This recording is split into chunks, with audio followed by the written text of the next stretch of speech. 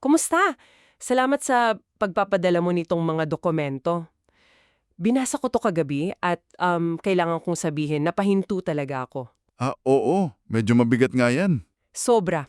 Yung ideya na ang isang hula sa Biblia ay pwedeng bigyan ng parang mathematical na formula Oo. na nagsasabing 5.3 bilyong tao ang mamamatay bago pa man pumasak sa eksena yung tatak ng halimaw, isang napakatinding teorya. Talaga? Ang layunin natin ngayon ay i-trace paisa-isa yung mga sinundan nilang bakas mula sa Biblia para makita kung paano nila binuo itong napaka-spesifikong timeline at calculation. Himayin natin ito ng husto. Tama ka dyan. At hindi to simpleng interpretasyon lang, no? Ito ay isang pagtatangka na bumuo ng isang, kumbaga, predictive model gamit ang mga propesiya. Isang modelo, oo. Ang pinaka-sentral na tanong na sinasagot ng mga source mo ay, kung ang mga hula ay isang sunod-sunod na kaganapan, ano yung eksaktong pagkakasunod-sunod at gaano kalaki yung numerikal na epekto nito sa sangkatauhan? At mahalaga rin sigurong tandaan na ang tatalakayin natin ay yung lohika at matematika na nasa loob mismo ng mga dokumentong ito. Eksakto. Hindi natin ine-endorso, sinusuri lang natin. Sige, simulan natin sa pinakapundasyon, sa pinagmula ng lahat ng numerong ito. Medyo nakakagulat kasi hindi ito nagsisimula sa aklat ng pahayag, di ba? Hindi nga, nagsisimula ito sa lumang tipan. Oo, sa Zacharias 13.8. Sinasati dito at mangyayari na sa buong lupain, sabi ng Panginoon, dalawang bahagi ay mahihiwalay at mamamatay. Ngunit ang ikatlong bahagi ay maiiwan. At yan mismo yung parang nagiging destination o yung sagot sa dulo ng math problem. Ah, okay. So doon dapat abot yung buong calculation. Oh, ang buong teorya ay binuo para ipakita kung paano makakarating sa konklusyon na yan na 2/3 ng populasyon ay mawawala at 1/3 lang ang matitira. Gets ko at ikinokonekta ito ng source sa konsepto ng dakilang kapigatihan. Tama. At ang argumento nila, at ito ay napaka-critical, ay ang malawakang pagkamatay na ito ay hindi bahagi ng kapigatihan. Ah, hindi kasama. Hindi. Isa siyang paunang pangyayari. Isang clearing event, kumbaga, bago pa ang lahat. Isang kailangan munang mangyari, halos. At binabanggit din sa kasunod na talata, Zacharias 13.9, na yung matitirang 1/4 ay dadalisayin na gaya ng pagkadalisay ng pilak. At susubukin na gaya ng pagsubok sa ginto. So, kahit nakaligtas ka na sa unang bugso ng pagkawasak, hindi pa tapos. May kasunod pa. At mas matindi pa raw ang darating. Yan ang premise. Ngayon, ang tanang ay, paano nakarating ang source sa bilang na 2/3 gamit ang aklat ng pahayag? Oh, yeah. Paano? Dito napapasok yung sunod-sunod na pagkalkula. Para mas madali nating masundan, gamitin natin yung basehan na ginamit sa source mo. Isang populasyon ng mundo na 8 billion. Okay, 8 billion na tao. Unang yugto ng pagkawasak. Saan ito nagsisimula? Nagsisimula ito sa pagbubukas ng ika-4 na tatak. Ah, sa pahayag. Oo, pahayag 6.8. Dito inilalanawan yung isang maputlang kabayo na ang sakay ay pinangalan ng kamatayan. Nakakatakot yan. Oo, pero ang pinakamahalaga sa kalkulasyon ay yung kapangyarihang ibinigay sa kanila. At iyon ay kapangyarihan sa ika-4 na bahagi ng lupa. Ika-4 na bahagi ng lupa. So, 1/4. 1/4, oo. At kinakalkulo agad dito ng source, kung may 8 billion tao, ang isang kapat niyan ay 2 bilyon. 2 bilyong tao agad. Grabe. Para lang magkaroon tayo ng ideya, yung population ng India at China pinagsama, nasa 2.8 billion yan, di ba? Oo. So parang pinagsamang population ng dalawang pinakamalaking bansa sa mundo ang mawawala sa unang yugto pa lang. Sa unang yugto pa lang. At tinukoy din ng mga sanhi, tabak o digmaan, gutom, salot at mababangis na hayop. Okay. So pagkatapos niyan, 8 billion magiging. 6 na bilyon na lang. At yan na tayo papasok sa ikalawang yugto. Ang pag-ihip ng unang 4 na trompeta na nasa pahayag Kabanata 8. Dito na yung mga trompeta. Oo. At dito, medyo nagiging komplikado ang interpretasyon nila. Teka, paano naging komplikado? Kasi, Ayon sa source, ang mga trompetang ito ay magdudulot ng pagkawasak ng 1/4 ng daigdig. 1/4, okay. Pero at dito, kailangan nating maging ingat. Kinikilala mismo ng source na ang mga talata ay partikular na tumutukoy sa pagkakawasak ng kalikasan. Talikasan, hindi tao. Hindi direktang tao. Lupa, dagat, ilog, pati araw at buwan. Teka, so yan pala yung pinaka-critical na leap of faith, kumbaga, sa buong teoryang ito?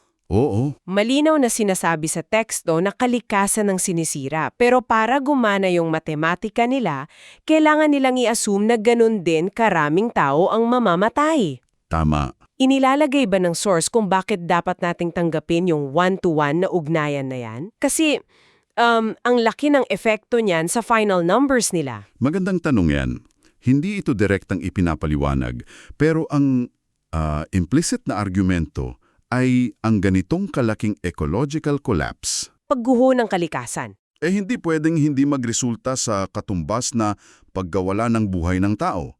Kung winasak mo ang 1/4 ng agrikultura, ng yamang dagat, tsaka ng inuming tubig. Logically, may mamamatay talaga. Eksakto. Malawakang pagkamatay dahil sa gutom at sakit. So, itinuturing nila itong isang cause and effect, isang interpretasyon na ginawa para maging consistent yung kalkulasyon. Okay, so huminto muna tayo dito. Hindi lang ito basta-basta numero, no?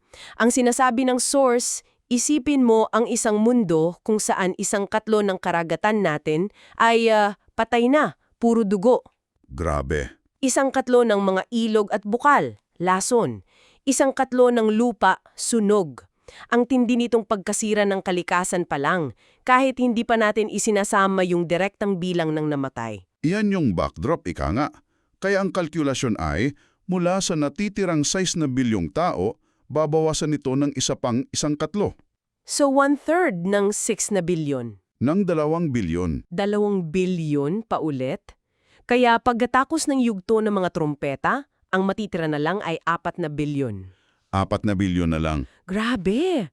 So nawala na yung kalahati ng populasyon ng mundo. Mula 8 bilyon, ngayon 4 bilyon na lang. Akalain mo yun na ang pinakamalala. Pero hindi pa tapos. Hindi pa pala. Ayon sa source mo, may isa pang at marahil pinakadirektang yugto ng pagpatay na darating. Oo. At ito ang ikatlo at huling yugto sa pagkalkula nila. Ito ay ang ika-6 na trompeta na nasa pahayag 9.15. Anong meron dito? Ito ang pinakabrutal at pinaka-espesipiko sa lahat. Inilalarawan dito yung pagpapakawala ng 4 na anghel na nakagapos sa ilog Euphrates. Okay. Sa inihanda para sa eksaktong oras, araw, buwan at taon para pumatay ng 1/4 ng mga tao. Anyan. Dito, wala ng assumption. Wala na. Hindi na kalikasan. Direktang sinasabi sa talata na tao ang target. At binanggit din sa source yung hukbo ng 200 milyong mga ngabayo. 200 milyon. Mahirap isipin ang ganyang kalaking hukbo. Nakakatakot yung pagiging espesifiko nito. Kaya yung huling kalkulasyon, mula sa natitirang 4 na bilyong manggagawa, Babawasan ulit ng 1/3. magkano yon? Ang 1/3 ng 4 na billion ay humigit kumalang 1.33 billion. Kung ibabawasan natin yan sa 4 billion, ang matitira ay nasa 2.66 o 2.7 billion. At dyan na nagtatagpo ang lahat. Ayan na, ang natitirang 2.66 billion ay halos eksaktong 1/4 ng original na 8 billion population. Eksakto? Ito yung bilang na bumabalik doon sa pinakaunang hula na binanggit natin mula sa Zacarias. 2 bahagi ay yan, mamamatay, ngunit ang ikatlong bahagi ay maiiwan. Sakto ang tugma ng mga numero? Sakto talaga ayon sa modelong ito. Oo, at dito mo makikita yung ganda ng argumento nila mula sa source mo. Oo. Ang buong serya ng pagkalkula, yung 40 na bawas, sinundan ng 13 at isa pang 13, ay idinisenyo para humantong sa eksaktong resulta na yon. Okay, so we have 3 catastrophic waves. At ang pinaka-nakakagulat na bahagi ng argumento ng source mo ay yung pasabog sa dulo. Oo. Lahat ng ito ay parang warm-up lang.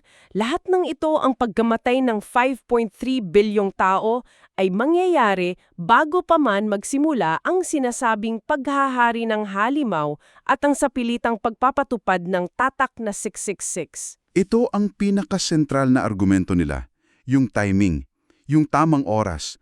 Malinaw na sinasabi na hanggat hindi nangyayari itong napakalaking depopulation, Oo, hindi pa magsisimula. hindi pa magsisimula ang dakilang kapighitian o ang pagpapatupad ng tatak.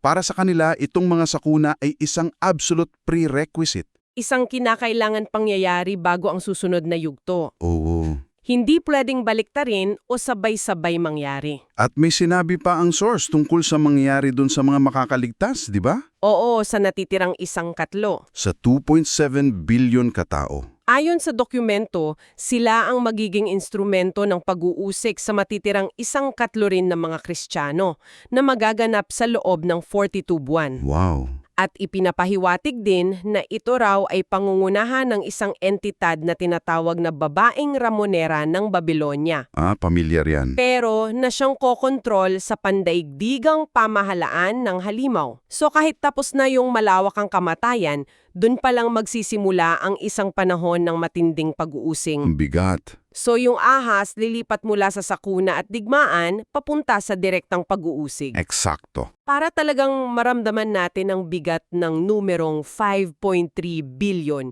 may ginawa ang source mo na medyo epektibo. Nagbigay ito ng listahan ng populasyon ng mga bansa noong 2024. Oo, para bigyan ng konteksto. Halimbawa, India at China mahigit 1.4 billion bawat isa. US, 340 milyon. Ang layunin niyan, isalin yung abstract na numero sa isang bagay na mas naiintindihan natin. Madaling sabihin na 5.3 billion, pero mahirap isipin kung gaano karami yon. Totoo. Pero kapag sinabing ang 5.3 billion ay katumbas ng pinagsama-samang populasyon ng India, China, US, Indonesia, Pakistan, Nigeria, Brazil, Bangladesh at Russia. Biglang nagkakaroon ng muka yung numero. Oo, para ipakita na hindi lang ito numero, ito ay buong mga sibilisasyon, kultura at kasaysayan na mabubura sa mapa ayon sa interpretasyong ito. Kaya't yan ang paghimay natin sa isang napakadetalyado at aminin natin, nakakagambalang kalkulasyon na iyong ibinahagi. Nakakagambala talaga. Pinagtagpi-tagpi nito ang mga talata mula sa Zacarias at Pahayag para makabuo ng isang partikular na timeline.